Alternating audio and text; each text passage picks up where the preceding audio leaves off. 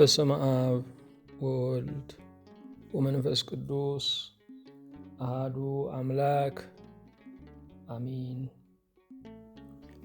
እንደምን አደራችሁ? እንደምን ሰነበታችሁ?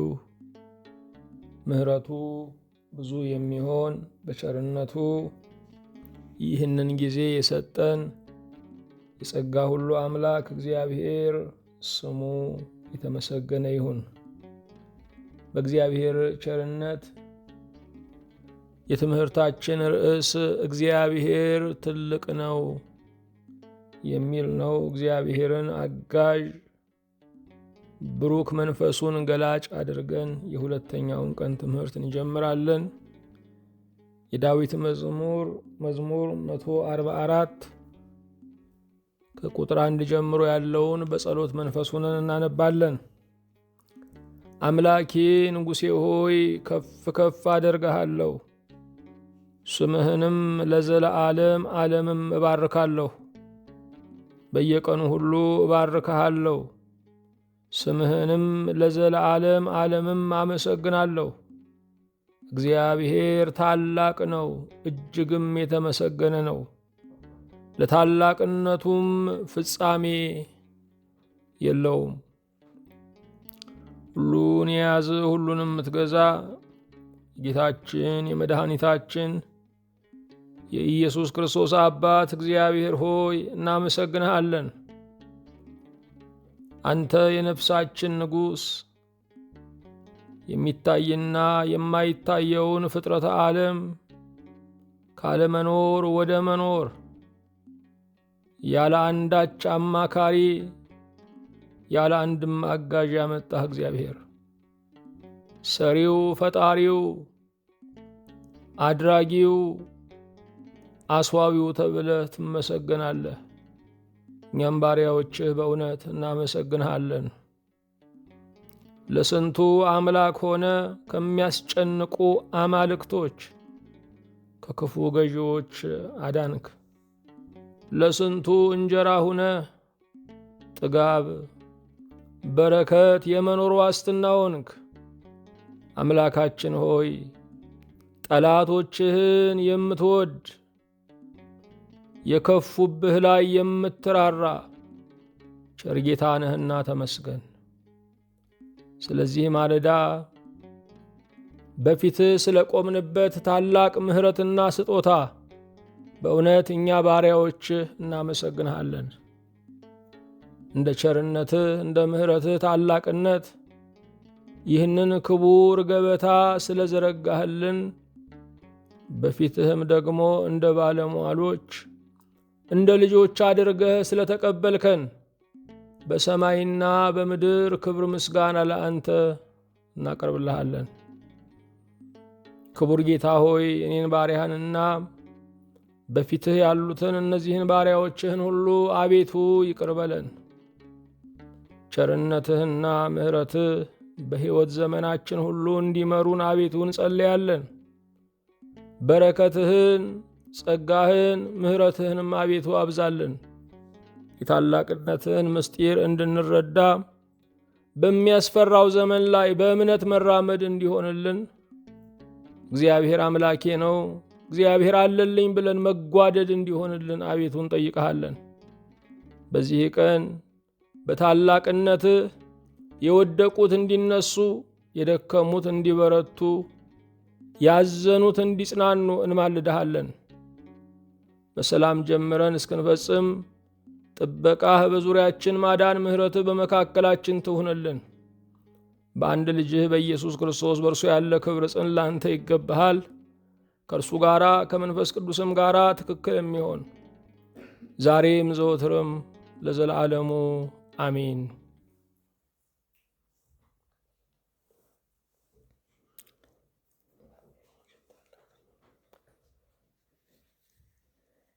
የእግዚአብሔር የአምላካችን ስሙ የተመሰገነ ይሁን።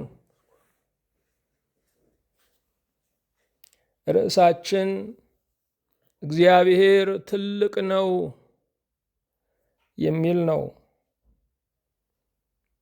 የእግዚአብሔርን ትልቅነት ማሰብ የእግዚአብሔርን ትልቅነት ማሰብ ለጸሎታችን አቅምን ይሰጣል። የእግዚአብሔርን ትልቅነት ማሰብ ቀኑንና ዘመኑን እንዳንፈራ ያደርጋል። የእግዚአብሔርን ትልቅነት ማሰብ በአሸናፊነት ጎዳና ላይ እንድንራመድ ያደርገናል። በዚህ ዓለም ላይ የምንኖረው እንደ እኛ ሟች እንደ እግዚአብሔር ሕያው መሆናችንን እያመንን ነው። በዚህ ዓለም ላይ የምንኖረው በአይን ሊታዩ የማይቻሉ ጥቃቅን ነፍሳት እንኳ የሚያሸንፉን፣ እግዚአብሔር ግን በጽንዓቱ የሚያኖረን መሆናችንን እያመንን ነው። እግዚአብሔር የሕይወትን ትግል ብቻችንን እንድንጋፈጠው አልተወንም። ለወላጆቻችን የአካለ መጠን ዘመን አለን። ከወላጅ ቤት የምንወጣበት፣ ራሳችንን የምንችልበት፣ ብቻችንን ተጠያቂ የምንሆንበት ዕድሜ አለን። ከእግዚአብሔር ቤት ግን ራሳችንን ችለን አንወጣም። ሁል ጊዜ የእርሱ ጥገኞች ተደጋፊዎች ነን። ያለ እግዚአብሔር ሕይወትን ማቀድ፣ ያለ እግዚአብሔር ወደፊት መራመድ፣ ያለ እግዚአብሔር ተናግሮ መርታት፣ ያለ እግዚአብሔር ሰርቶ መግባት፣ ያለ እግዚአብሔር ታግሎ መጣል፣ ያለ እግዚአብሔር ተምሮ ጠቢብ መሆን እንደማይቻል እናውቃለን። የእግዚአብሔር ትልቅነቱ ዜና ሳይሆን የሕይወታችን ቅመም፣ የመኖራችን ምስጢር ነው። ይህንን ሁሉ ዓለም አጽንቶ የያዘው የእግዚአብሔር ትልቅነት ነው። ተኝተን የምንነቃው እግዚአብሔር ትልቅ ስለሆነ ነው። በዚህ ዓለም ላይ የምንሰማራው በሚመጣውም ዓለም የዘላለም ሕይወት ወራሽ የምንሆነው እግዚአብሔር ትልቅ ስለሆነ ነው። እግዚአብሔር ትልቅ ነው እያልን ቀኑን በሙሉ ብናሰላስል፣ ቀኑን በሙሉ ብንደጋግም ሕይወታችን ብርታት ታገኛለች። ምክንያቱም ድካም የሚሰማን ትልቅ መስለው የሚታዩ ሰዎች፣ ጉዳዮችና ሁኔታዎች ስላሉብን ነው። እግዚአብሔር ትልቅ ነው ስንል ሁሉም ነገር አንሶ ይታየናል። የየዕለቱ የዓለም ዜና ምንድን ነው ካልን የትልቅነት ዜና ነው። ስለ ድሆች በየቀኑ በዜና አንሰማም። ምናልባት የድሆችን እልቂት፣ ጦርነትና ረሃባቸውን ልንሰማ እንችላለን። በየዕለቱ ግን ለጆሮአችን ድምቀት የሚሰጠው ዜና የኃያላን ዜና ነው። የኃያላን ሀገሮች ዜና ይስበናል። ሰው ሁሉ ስለ ኃያላን መስማት ይፈልጋል። እነዚህ በዓለማችን ላይ ያሉ ኃያላን ዜናቸው ወደ እኛ የሚመጣው ለጦርነት፣ ለእልቂት፣ አዳዲስ መሳሪያዎችን ለመጠቀም ሲዘጋጁ ነው። የእግዚአብሔር ትልቅነት ሲሰማ ግን ምሕረት ነው፣ እረፍት ነው፣ ሰላም ነው። ዜና ሥላሴ ልብን ይጠግናል። ዜና ሥላሴ ቀኑን ያፈካል። ዜና ሥላሴ ሐዘነተኞችን ያጽናናል። ዓለም የዕለት ዜናዋ ኃያላን ሀገራት ናቸው። ታላላቅ ሀገራት ናቸው። የክርስቲያን የዕለት ዜናው ደግሞ ታላቁ እግዚአብሔር ነው። እግዚአብሔር ትልቅ ነው። የእግዚአብሔር ትልቅነቱ በዘመናችን በጣም እየተገለጠ ነው ያለው። ሳይንሱ፣ ቴክኖሎጂው፣ ምርምሩ ራሱ የእግዚአብሔርን ትልቅነት አጉልቶ እያሳየ ነው። ሰማያት የእግዚአብሔርን ክብር ይናገራሉ እንደተባለ ዛሬ ወደ ሰማይ የሚደረጉ ጉዞዎች ስለ ጨረቃ፣ ስለ ከዋክብት ያሉ ምርምሮች፣ የህዋ ሳይንሱ የእግዚአብሔርን ጥበበኛነት እያብራራን ያለው። ቅንነት ላለው ሰው የሳይንሱ ግኝት ሳይቀር እግዚአብሔር ትልቅ ነው ብሎ የሚዘምርበት ነው። ዘመናዊነት የእግዚአብሔርን ታላቅነት እየገለጠ ነው ያለው። እግዚአብሔር እንደ ዋዛ የሰራው ምንም ነገር የለም።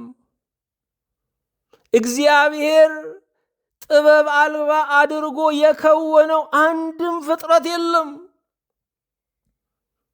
ተፈጥሮን እርስ በርሱ እንዲደጋገፍ አደረገው።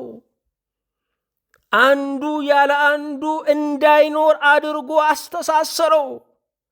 እግዚአብሔር በተፈጥሮ ላይ አንድነትን ማየት ፈልጓል።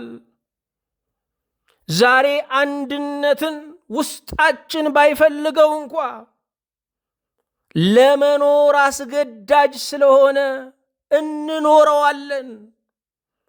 አንድነት በፈቃድ ብቻ አይደለም፣ በግዳጅም የምንኖረው ነው። በዘመናችን የእግዚአብሔር ታላቅነቱ ተገልጧል። በፍጥረቱ ውስጥ ያለው የእግዚአብሔር ድንቅነት ተብራርቷል። ጥበቡ ተገልጧል። አባቶቻችን እግዚአብሔር በፍጥረቱ ለፍጥረቱ ይታወቃል ብለዋል። ፍጥረቱ እግዚአብሔርን የምናይበት መስታወት ነው። መጻሕፍት ሳይጻፉ በፊት ስለ እግዚአብሔር የሚናገረው መጽሐፍ ስነ ፍጥረት ነው። አእምሮ ላለው ሰው ስነ ፍጥረት የሚነበብ መጽሐፍ ነው። የንባቡ ምስጢርም እግዚአብሔር ትልቅ ነው ይላል። ተመራማሪዎች ከደረሱበት ያልደረሱበት ነገር ብዙ ነው። አናቀውም፣ አልተደረሰበትም፣ ምን እንደሆነ አይታወቅም የሚባሉ ብዙ ነገሮች አሉ። ስለተፈጠረው በሙሉነት ካላወቅን ስለ ፈጣሪ በሙሉነት ባናውቅ የሚደንቅ አይደለም። ዘመናችን የእግዚአብሔርን ትልቅነት እየገለጠ ነው ያለው። የሰዎችን መለወጥ ስናይ ዘወትር በቤተ ክርስቲያን ኃጢአተኞች ለንስሐ ሲበቁ፣ ትዕቢተኞች ትሑታን ሲሆኑ፣ ጨካኞች ሲራሩ፣ በጨለማ የነበሩ ወደ ብርሃን ሲወጡ እናያለን። ቤተ ክርስቲያን ብዙ የነፍስ ህመምተኞችን፣ ብዙ የነፍስ ድኩማንን፣ ብዙ የመንፈስ ድውያንን ሲፈወሱባት እናያለን። ይሄ እግዚአብሔር ትልቅነቱ መግለጫ ነው። እግዚአብሔር ትልቅነቱን በእያንዳንዳችን ሕይወት ውስጥ ሰርቷል። እኛ እንደዚህ አልነበርንም።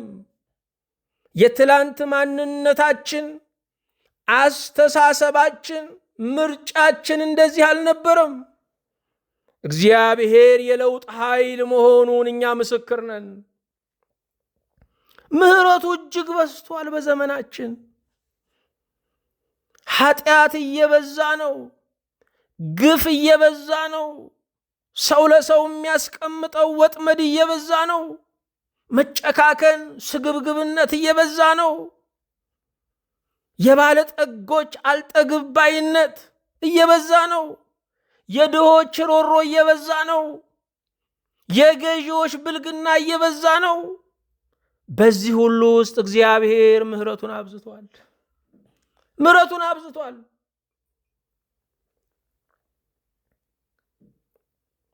ታላቅነቱ ዛሬም እያበራ ነው። ብዙ መከራዎች ነው የምንሰማው። ዓለም አቀፍ ጥፋቶች እየተጋረጡብን ያሉት፣ የማይድኑ በሽታዎች፣ የሚስፋፉ ህመሞች ብዙ ናቸው። በየስፍራው የሚለኮሰው ጦርነት፣ የኢኮኖሚ መናጋት፣ የሰው ልጆች በኑሮ ቀንበር አንገት መድፋታቸው ብዙ ነው።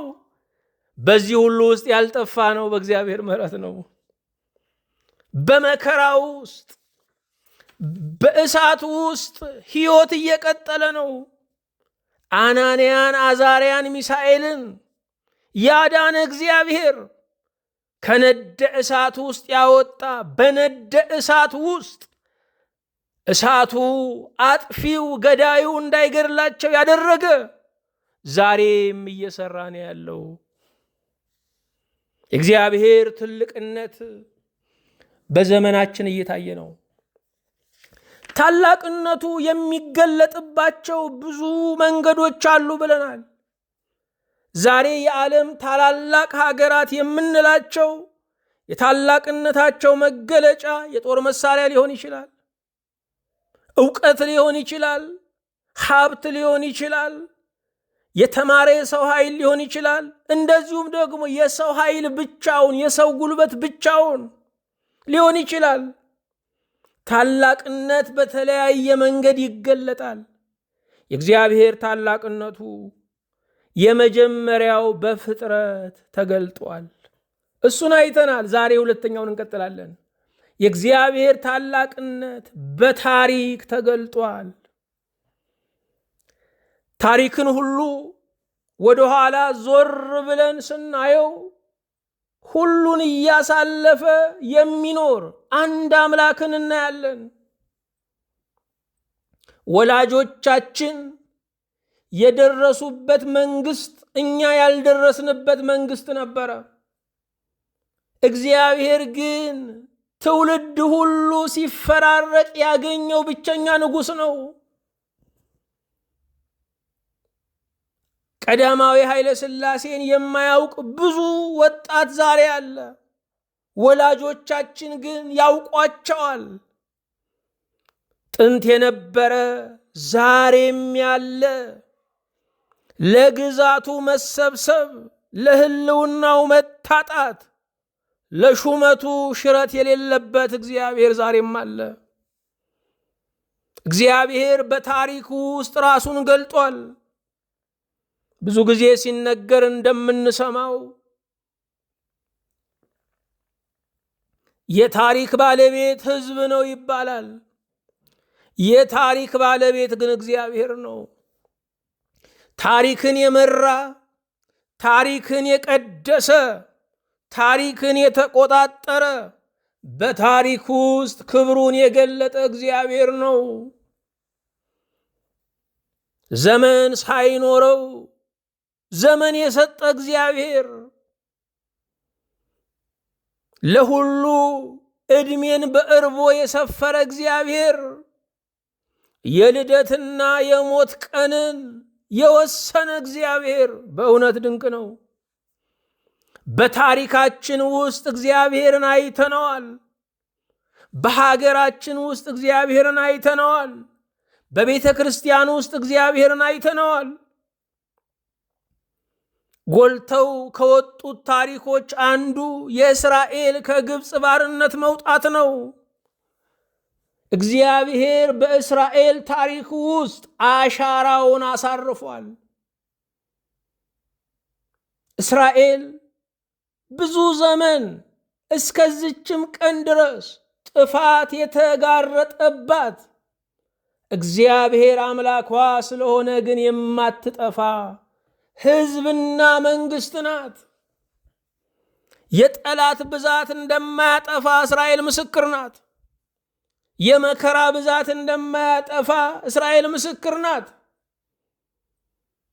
ዘር እናጠፋለን ብለው የወጡ ብዙዎች ናቸው። ዘርን ማጥፋት እንደማይቻል እስራኤል ምስክር ናት። በቅርብ ዘመናት እንኳ ከ6 ሚሊዮን በላይ የሚጠጉ አይሁዳውያን በአውሮፓ ተጨፍጭፈዋል።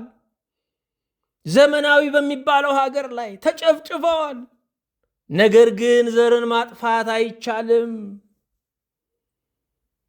ሕይወትን ያስጀመረ እግዚአብሔር ነውና ማንም ማስቆም አይችልም። ትውልድ ቢያልፍ ትውልድ ይተካል።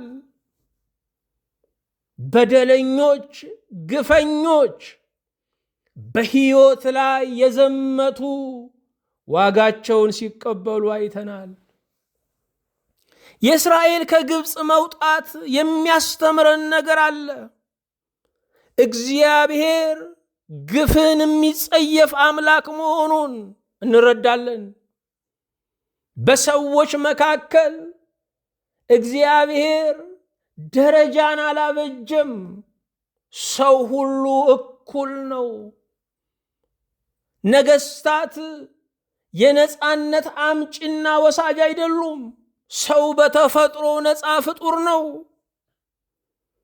እግዚአብሔር አምላክ የ430 ዘመንን የባርነት ቀንበር ሰብሮ እስራኤልን ከግብፅ አወጣ። ዘመናት ቢረዝሙ ነፃነት ይመጣል። የሰው ልጆች ሁሉ በዘመናት ካደረጓቸው የጽድቅ ትግሎች አንዱ ለነፃነት የተከፈለ ዋጋ ነው። ለነፃነት የሚደረጉ ሙግቶች እግዚአብሔር የሰጠንን መንጠቅ አትችሉም የሚሉ ክርክሮች ናቸው። እግዚአብሔር የባርነትን ቀንበር ይሰብራል። ከሁሉ በላይ የሰው ልጅ ትልቅ ባርነቱ ምንድን ነው ስንል ለገዛ ምኞቱ መስገዱ ነው። ክፋቱ፣ ምቀኝነቱ፣ ቅንዓቱ፣ ስም አጥፊነቱ፣ ጭካኔው፣ ስግብግብነቱ ይሄ ትልቅ ባርነት ነው። ዲያብሎስን በእኛ ላይ የሚያሰለጥነው የገዛ ኃጢአታችን ነው። የገዛ ቆሻሻችን ዝንብ እንደሚጠራ የገዛ ኃጢአታችን ሰይጣንን ወደ ኑሯችን ይጋብዛል። ነፃነታችንን ለክፉ ገዢ አሳልፈን እንድንሰጥ ያደርጋል። እግዚአብሔር እስራኤልን ከግብፅ በማውጣት በታሪክ ውስጥ ታላቅነቱን ገልጧል። ከግብፅ ባርነት የወጣን ሕዝቦች ነን የሚሉ ቋሚ ምስክሮች አሉ። እግዚአብሔርን በሕይወታቸው የዳበሱ ብዙዎች ናቸው። እግዚአብሔር አይታይም፣ ግን እግዚአብሔር ይታያል። እግዚአብሔር በሥራው ይታያል፣ በማዳኑ ይታያል፣ በትድግናው ይታያል፣ የባርነት ቀንበርን በመስበሩ ይታያል። ቀይ ባህርን እግዚአብሔር በመክፈሉ በታሪክ ውስጥ ራሱን ገልጧል፣ ትልቅነቱን አብራርቷል። እግዚአብሔር ቀይ ባህርን የከፈለው በሙሴ በትር ነው። በትር ባህር ላይ ሲያርፍ ይንሳፈፋል እንጂ ባህር አይከፍልም። እግዚአብሔር ከተፈጥሮ ሕግ ውጭ ይሰራል። በተፈጥሮ የተገደብነው እኛ ነን። እግዚአብሔር ግን ከተፈጥሮ ሕግ በላይ መስራት የሚችል አምላክ ነው። የእስራኤል ልጆች በዛች ሰዓት የነበራቸውን ጭንቅ አስታውሱ። ከፊት የቀይ ባህር፣ ከኋላ የፈርዖን ሰራዊት እየገሰገሰባቸው ነው። አጣብቂኝ ውስጥ ገብተው ነበረ። በሰንጣቃ ዓለት ውስጥ ተቀርቅረው ነበረ። እንደ ሰርዲን ታሽገው ነበረ። እግዚአብሔር ግን ከበባውን ይሰብራል። ቀይ ባህርን ከፍሎ አሻገራቸው። እግዚአብሔር መርከብ አላቀረበም። እግዚአብሔር ጀልባ አላቀረበም። ባህሩን ደረቅ መሬት አድርጎ አሻገራቸው። የባህሩ ወለል ለዘመናት ፀሐይ አይቶ አያውቅም ነበረ። የእግዚአብሔር ሕዝብ ሲረግጠው ግን ፀሐይ ወጣለት። የእግዚአብሔር ሕዝብ ለቀይ ባህር ወለልም በረከት ሆነ። የእስራኤል ልጆች የውሃ ግድግዳ እየዳበሱ በቀይ ባህር በኩል ተሻገሩ። ዛሬም ከፊት የቀይ ባህር እንዴት አልፈዋለሁ የሚባል እንደ ግለሰብ እንደ ሀገር ችግር ተጋርጦብን ሊሆን ይችላል። እንዴት ታደርገዋለህ የማይባል እግዚአብሔር ባህር መክፈል ይችላል። እግዚአብሔር ባህርን ከፍሎ ያሻግራል። በታሪኩ ውስጥ ታላቅነቱን ገልጧል። እስራኤልን እግዚአብሔር በዘመናት ሁሉ መርቷቸዋል። 40 ዓመት በምድረ በዳ ላይ እግዚአብሔር እስራኤልን መራ። 40 ዓመት እግዚአብሔር እስራኤልን ታገሰ። እግዚአብሔር ሀገር የሌለውን ሕዝብ ባለ ሀገር አደረገው። በምድረ በዳ ሰለጠነው። እግዚአብሔር በምድረ በዳ ውስጥ ያሰለጥናል። እግዚአብሔር በምድረ በዳ ውስጥ የዓለምን መልክ ያሳየናል። እግዚአብሔር በምድረ በዳ ውስጥ ጠንካራ ማንነትን ይፈጥርልናል። እግዚአብሔር በምድረ በዳ ውስጥ ፍርሃትን እንድናሸንፍ ያደርገናል። እስራኤልን መምራት ባህሪያቸው ተለዋዋጭ ስለነበረ አስቸጋሪ ነው። ስለዚህም ሌላ ስለማይችላቸው ራሱ እግዚአብሔር መራቸው። ለስጋቸው መናን ያወርዳል፣ ለነፍሳቸው ደግሞ ሙሴና አሮንን አቁሞ ቃሉን ይመግባቸዋል። እግዚአብሔር መሪነቱ ሙሉ ነው፣ በስጋም በነፍስም የሚያጠግብ ነው። በታሪኩ ውስጥ ቤተ ክርስቲያንን በመጠበቁ ታላቅነቱን ገልጧል። ያለፉትን 2000 ዓመታት ስንመለከት የቤተ ክርስቲያን ጉዞ አልጋ ባልጋ ነው የሚባል አልነበረም። እግዚአብሔር ግን በክፉ ዘመን ላይ ሰማዕታትን እያወጣ አላውያን ነገስታትን ያለ ጦር መሳሪያ የሚጋጠሙ ምስክሮችን እያስነሳ መሳሪያ ካላቸው ነገስታት መሳሪያ የሌላትን ቤተ ክርስቲያን ሲታደግ አይተናል። ቤተ ክርስቲያን በዘመናት ሁሉ በፈላስፎች ምንፍቅና፣ በነገስታት ሰይፍ ስትፈተን ኑራለች። የክብርና የገንዘብ ጥያቄም ውስጧን ሲያምሰው ኑሯል። ዛሬም ቤተ ክርስቲያን አለች። 2000 ዓመት በምድር ላይ የጸናች ማህበር የለችም። 2000 ዓመት ሐረገ ክህነት ሳይቋረጥ የዘለቀባት፣ ክህነቷ ከክርስቶስ ክህነት ጋራ፣ ማህበሯ ከማህበረ ሐዋርያት ጋራ የገጠመ ቤተ ክርስቲያን ዛሬም አለች። እግዚአብሔር ታላቅነቱን በእሳትና በማዕበል ውስጥ በሚያሳልፋት ቤተ ክርስቲያን እየገለጠ ነው ያለው። ዛሬም የቤተ ክርስቲያን ፈተና እያየለ እየጨመረ ነው ያለው። ከውስጥ ያለው ትርምስ፣ ከውጭ ያለው ቀስት መቁረጫ መቁጠሪያ የለውም። ነገር ግን እግዚአብሔር ቤቱን እየጠበቀ እስከ ዛሬ ድረስ አድርሷል። በታሪኩ ውስጥ እግዚአብሔር ታላቅነቱን ገልጧል። የብሉይ ኪዳን ባለ አደራ የነበሩትን እስራኤልን ጠብቋል። የሐዲስ ኪዳን ባለ አደራ የሆነችውን ቤተ ክርስቲያንን ጠብቋል። ሶስተኛ እግዚአብሔር ታላቅነቱን የሚገልጠው በተአምራት ነው። መጽሐፍ ቅዱስ የተአምራት መጽሐፍ ነው። እግዚአብሔር የተአምራት አምላክ ነው። ተአምር ያልተደረገለት ያለ ተአምር ዛሬን ያየ ማንም ሰው የለም። የእግዚአብሔር ተአምር ድሮ ላይ የቀረ የሚመስለው ብዙ ሰው አለ። ገቢህና ወጪህ ሳይመጣጠን መኖሩ ተአምር ነው። በዚህ ሞት በሚነገርበት ዘመን፣ ሞት በዙፋን ተቀምጦ በሚገዛበት ዘመን በሕይወት መኖር ተአምር ነው። ስንቱ ጎበዝና ቆንጆ ረግፎ አንተ መቆምህ ተአምር ነው። እግዚአብሔር ያለ ወገን እንደሚደግፍ የአንተ ሕይወት ምስክር ነው።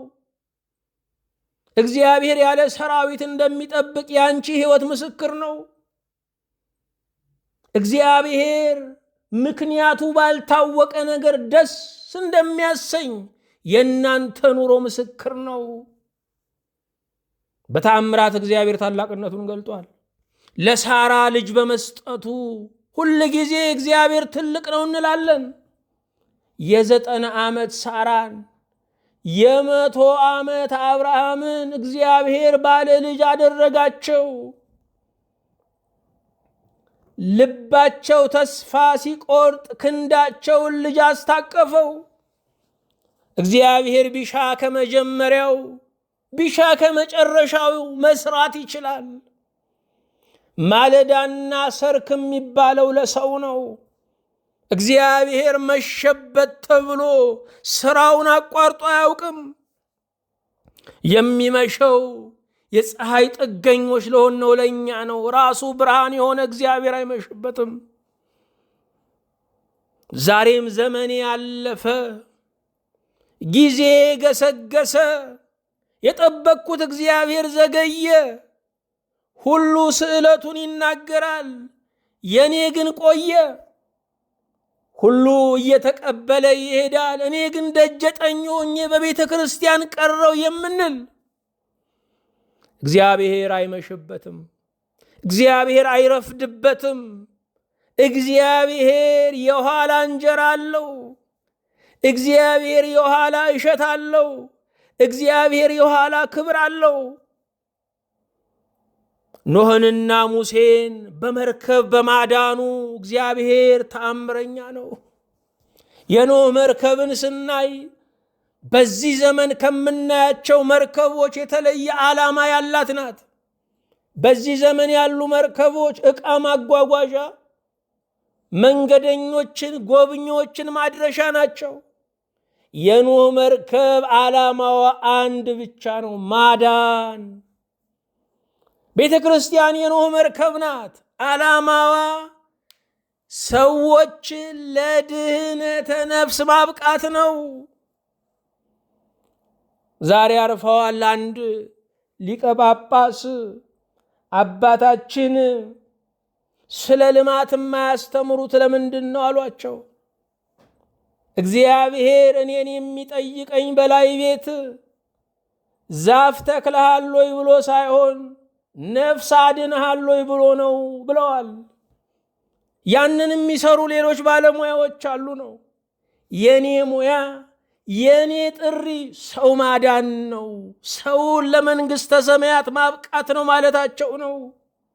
የቤተ ክርስቲያን ዋነኛ ዓላማዋ ድህነት ነው። ድህነት ነው። ሌሎች ነገሮችን ልታከናውን ትችላለች።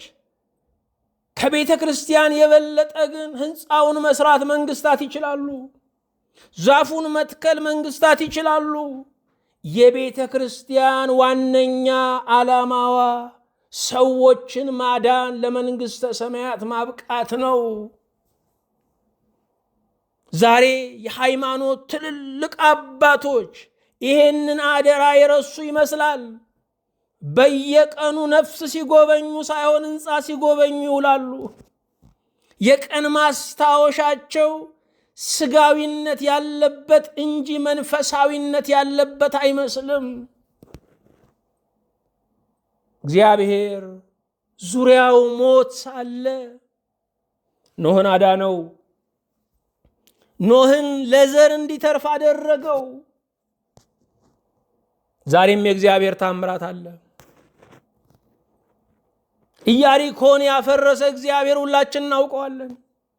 ኢያሪኮ የፈረሰው በመዶሻ አይደለም፣ በትልልቅ ማሽኖች አይደለም፣ በግፊት አይደለም፣ በጩኸት። ዝም ብሎ በመጮህ በሰላማዊ ሰልፍ አይደለም፣ ወደ እግዚአብሔር በመጮህ ጭቁን ህዝቦች ዘወትር እኮ ይጮሃሉ። የሚጮሁት ወደ ራሳቸው፣ የሚጮሁት ወደ ሰው፣ የሚጮሁት ወደ ኃያላን መንግስታት ነው። እንደውም የችግራቸው ምንጮች እነሱ ናቸው። ወደ እግዚአብሔር የሚጮሁ ኢያሪኮን ያፈራርሳሉ። በሕይወታችን ትልቅ ክስረት የሚገጥመን በዲያብሎስ ሽንገላ የምንወድቀው፣ በሕይወታችን ትልቅ ክስረት የሚገጥመን በዲያብሎስ ሽንገላ የምንወድቀው ጸሎትን ትንሽ አድርገን ስንመለከት ነው። ወደ እግዚአብሔር የሚጮሁ ኢያሪኳቸውን ያፈራርሳሉ። ኢያሪኮ ከፈረሰ ቀጣዩ የተስፋይቱን ሀገር መውረስ ነው። መጨረሻውም ላይ ፈተና አለ። ፈተና አያልቅም። ደረስኩ ብለንም ትግል አለ። ትግል አያልቅም። ኢያሪኮ በምን ይፈርሳል? የመጨረሻው ፈተና በምን ይናዳል? በጸሎት። ጎልያድንና ዳዊትን ሁላችን እናስታውሳለን። ዳዊት አጭር ነው፣ ጎልያድ ረዥም ነው። ዳዊት እረኛ ነው፣ ጎልያድ በጦር ስልት የሰለጠነ ነው። ዳዊት ማንም አያውቀውም፣ ጎልያድ ግን ዓለም ያወቀው ጀግና ነው። ያለ ኃይል መመጣጠን ድል ትፈልጋላችሁ? በእምነት ይገኛል።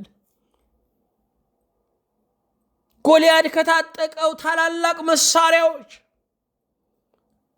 ጎልያድ ከታጠቀው ሮኬት ሚሳኤል በእምነት የተወረወረች የዳዊት ድንጋይ ጠጠር ትበልጣለች። እግዚአብሔር ትልቁን በትንሹ ያሸንፋል። እግዚአብሔር ትዕቢትን ያዋርዳል። እግዚአብሔር ለጎልያዶች ዳዊቶችን ያስነሳል። በተአምራት እግዚአብሔር ታላቅነቱን ገልጧል። ዳንኤልን ከአንበሶች አፍ ያዳነ ነው እንላለን። የዳንኤል ትልቅ ኃጢአቱ ምን ነበረ? ለምን ጸለይክ የሚል ነው። የዳንኤል ዘመን አትጸልዩ፣ ንጉሳችሁ አምላካችሁ ነው የሚባልበት ዘመን ነበረ። ዳንኤል ጸሎቴን አላቆምም ብሎ አንበሳ ጉድጓድ ተጣለ። ዛሬ አትጸልዩ የሚል አዋጅ አልመጣም፣ ግን አንጸልይም። ዳንኤል እውነትን ሰውቶ መክበር አልፈለገም። ከእውነት ጋር ሆኖ መዋረድን መረጠ። እውነትን እየሰዋን ከሰዎች ጋር የምናደርገው ወዳጅነት ውሸት ነው። ለእውነት እየከፈልን ግን ለእውነት ዋጋ እየከፈልን የሚመጣውን መቀበል ግን የሰውነት ክብር ነው። ከተራቡ አንበሶች እግዚአብሔር ዳንኤልን አዳነ። ዛሬም የተራቡ አንበሶች ወደ ተራቡ አንበሶች ምናልባት ተጥለን ሊሆን ይችላል። በየመስሪያ ቤቱ እኮ ያለ ጉበኛ የተራበ አንበሳ ነው። ህዝብ ወገን ለነዚህ ተላልፎ ተሰጥቶ ሊሆን ይችላል። እግዚአብሔር ያድናል። ጉበኛውም ቤተ ክርስቲያን ሳሚ ነው። ጉበኛውም ልጆች ወልዶ ልጆቹን በርኅራኄ የሚያሳድግ ነው። 2 ልጅ ለማሳደግ 2 ሚሊዮን ህዝብ ለሞት ይዳርጋል። ዛሬም የተራቡ አንበሶች የምድር ባለጠጎች ናቸው። የምድርን ሀብት ጠቅልለው የያዙ፣ ድሆችን እንደ አፈርና እንደ ትቢያ እንኳ ማየት ያልቻሉ የተራቡ አንበሶች ብዙዎች ናቸው። ዛሬም እግዚአብሔር ያድናል። ጌታችን ኢየሱስ ክርስቶስ በትምህርት ብቻ አይደለም፣ በተአምራት ብቻ አይደለም፣ በቤዛነት ማዳንን ፈጽሟል። ተአምራት ለስጋ ነው፣ ቤዛነት ለነፍስ ነው። በተአምራቱ 5 እንጀራን 2 ዓሣን አበርክቶ የመገበ አምላክ ነው። ትንሹን ለብዙዎች እንዲበቃ ያደረገ አምላክ ነው። ዛሬም እግዚአብሔር የበረከት አምላክ ነው። ልብ አድርጉ፣ የሚኖረው በብዛት አይደለም፣ በበረከት ነው።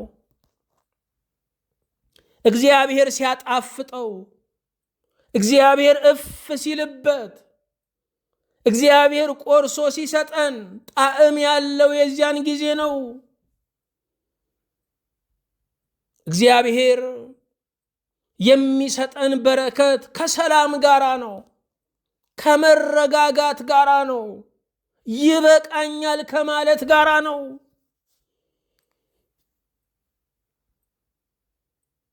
እግዚአብሔር ትልቅ ነው። እግዚአብሔር ትልቅነቱን በስነ ፍጥረት ገልጧል። ስነ ፍጥረት ተፈጥሮ የተተወ አይደለም። ዕለታዊ ምገባ የሚያስፈልገው ነው። ዕለታዊ ጥበቃ የሚያስፈልገው ነው። ሰማይ ያለ ምሰሶ የጸናው ቃሉ ደግፎት ነው። ቀንና ሌሊት የሚፈራረቀው በስልጣነ እግዚአብሔር ነው። ክረምትና በጋ የሚፈራረቀው በስልጣነ እግዚአብሔር ነው። ሕይወትን የሚመለከት ነገር ሁሉ በእግዚአብሔር እጅ ተቀምጧል። አየሩን እግዚአብሔር በእጁ ይዞታል። በምድር መሪዎች እጅ ቢሆን ኖሮ፣ ሰው ቢያስተዳድረው ኖሮ ብዙ አይነት ጉድ እንሰማ ነበረ። እግዚአብሔር ግን ሕይወት ነክ የሆነውን ነገር በእጁ አደረገው። እግዚአብሔር በታሪክ ውስጥ ታላቅነቱን ገልጧል። በእስራኤል ታሪክ ውስጥ፣ በቤተ ክርስቲያን ታሪክ ውስጥ ታላቅነቱን ገልጧል። የገሃነም ደጆች አይችሏትም ተብሎ የተጻፈላት ቤተ ክርስቲያን እንዳልቻሏት እስከ ዛሬ ድረስ እያየን ያለ ነው። አይሞክሯትም አልተባለም፣ አይዋጓትም አልተባለም፣ አይችሏትም ነው።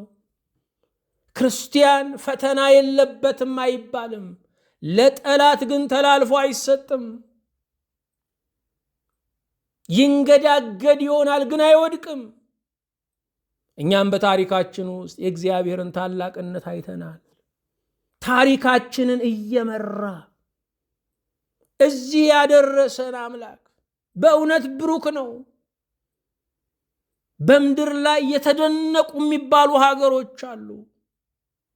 እነዚህ ሀገሮች ለትውልዳቸው ከማህፀን እስከ መቃብር ጥበቃ ያደርጋሉ፣ ከለላ ያደርጋሉ፣ ዋስትና ይሰጣሉ። እግዚአብሔር ግን እስከ ዘላለም ዋስትና ይሰጣል። ከማህፀን እስከ ሽበት፣ ከሽበት እስከ ዘላለም ቤት እግዚአብሔር ከለላ ይሆናል። እነዚህ የደረጁ ሀገራት ለዜጋቸው ሁሉን ሲያቀርቡ ሰላም ማቅረብ አልቻሉ። ስለዚህም በእነኚህ በተረጋጉ ሰላማዊ በሚባሉ ሀገሮች ላይ ብዙ ሰዎች ራሳቸውን ያጠፋሉ። ዙሪያው ሁሉ ምቹ ነው፣ ውስጣቸው ግን ምቾት ያጣል። እግዚአብሔር ግን ሰላምን በመስጠት ስራውን ይጀምራል። ከአካባቢ ሰላም የውስጥ ሰላም ለመኖር ያግዛል። ከአካባቢው ሰላም የውስጥ ሰላም ለመኖር ያግዛል። እግዚአብሔር የልባችንን ሰላም እንዲቆጣጠር መጸለይ አለብን። እግዚአብሔር በተአምራት ታላቅነቱን ይገልጣል። ከበሽታችን ፈውሶናል። ካለማወቅ እርሱን ወደ ማወቅ አምጥቶናል። ራሳችንን በቤተ ክርስቲያን እንድናገኝ አድርጎናል። እነዚህ ጆሮዎቻችን ትላንት ያልነበራቸውን ቅዱስ ቃሉን እየሰሙ ነው። ልባችን ቃሉን ሲያገኝ ያርፋል። ከጥሩ ውሃ ይልቅ ያረካል ቃሉ፣ ከለምለም መስክ ይልቅ ያሳርፋል ቃሉ። እንደ ቅባት ወደ አጥንቶቻችን ቃሉ ሲገባ ይታወቀናል። መርማሪ ቃሉ፣ ሰሪ ቃሉ፣ ጠጋኝ ቃሉ፣ የሚያጸና ቃሉ አልተለየንም። ስርየተ ኃጢአትን በየዕለቱ እናገኛለን። እግዚኦ መሐረነ ክርስቶስ ስንለው ቆይ ጠብቁኝ አይልም። እንዳልበደልን አድርጎ ይቅር ይለናል። እግዚአብሔር ትልቅ ነው። አቤቱ እናመሰግንሃለን። በቸርነትህ ራስህን በስነ ፍጥረት ላይ ስለገለጥክ እኛ ሁላችን የድንቅነትህ የጥበበኛነትህ ማሳያ ስለሆንን በፍጥረት ላይ ለጋስነትህ ስለተገለጠ ደግነትህ ስለተብራራ በእውነት እናመሰግንሃለን። ሳንፈጠር ገና መብሉን አዘጋጀህ፣ መጠጡን አዘጋጀህ፣ መኖሪያውን ሰማይና ምድርን አዘጋጀህ። እኛ ግን ከእኛ በፊት ለተፈጠረው ነገር ነው የምንጨነቀው። የዘላለም ቅዱስ እግዚአብሔር ሆይ ልባችንን በአንተ አሳርፍልን። ታሪክን የመራህ እግዚአብሔር በታሪክ ውስጥ ትዕቢተኞችን ሁሉ ጥለሃል። የዛሬም ትዕቢተኞች ይወድቃሉ። አቤቱ ሆይ ከትዕቢተኞች ዛቻና ፉከራ የተነሳ ልባችን እንዳይዝልብን አንተን በትዕግስት መጠበቅን እባክህ አድለን። ሕይወታችንን ምራት፣ ሕይወታችንን ለውጣት፣ አስተሳሰባችንን ሁሉ በሰማይ አውታሮች ቃኘው። ልቦናችንን ሰማያዊ አድርግልን። የሁሉ ጌታ እግዚአብሔር ሆይ ዛሬም በተአምራት ስብራታችን እንዲጠገን ጉድለታችን እንዲሞላ ባንተ ያረፍን የተደላደልን እንድንሆን የምንናገረው የሚፈውስ የምንዳስሰው የሚጠገን እንዲሆን አቤቱ እንጠይቃለን። ለሀገራችን ለቅድስት ቤተ ክርስቲያን የሰላም የምህረት የጉብኝት ዘመን አቅርብልን። የተፍገመገመውን አጽናልን። የኑሮ ቀንበር የተጫነውን ፍርድ ያጣውን በቸርነት አስብልን። በጌታችን በኢየሱስ ክርስቶስ በእርሱ ያለ ክብር ላንተ ይገባሃል። ከእርሱ ጋራ ከመንፈስ ቅዱስም ጋራ ትክክል የሚሆን ዛሬም ዘወትርም ለዘለዓለሙ አሜን።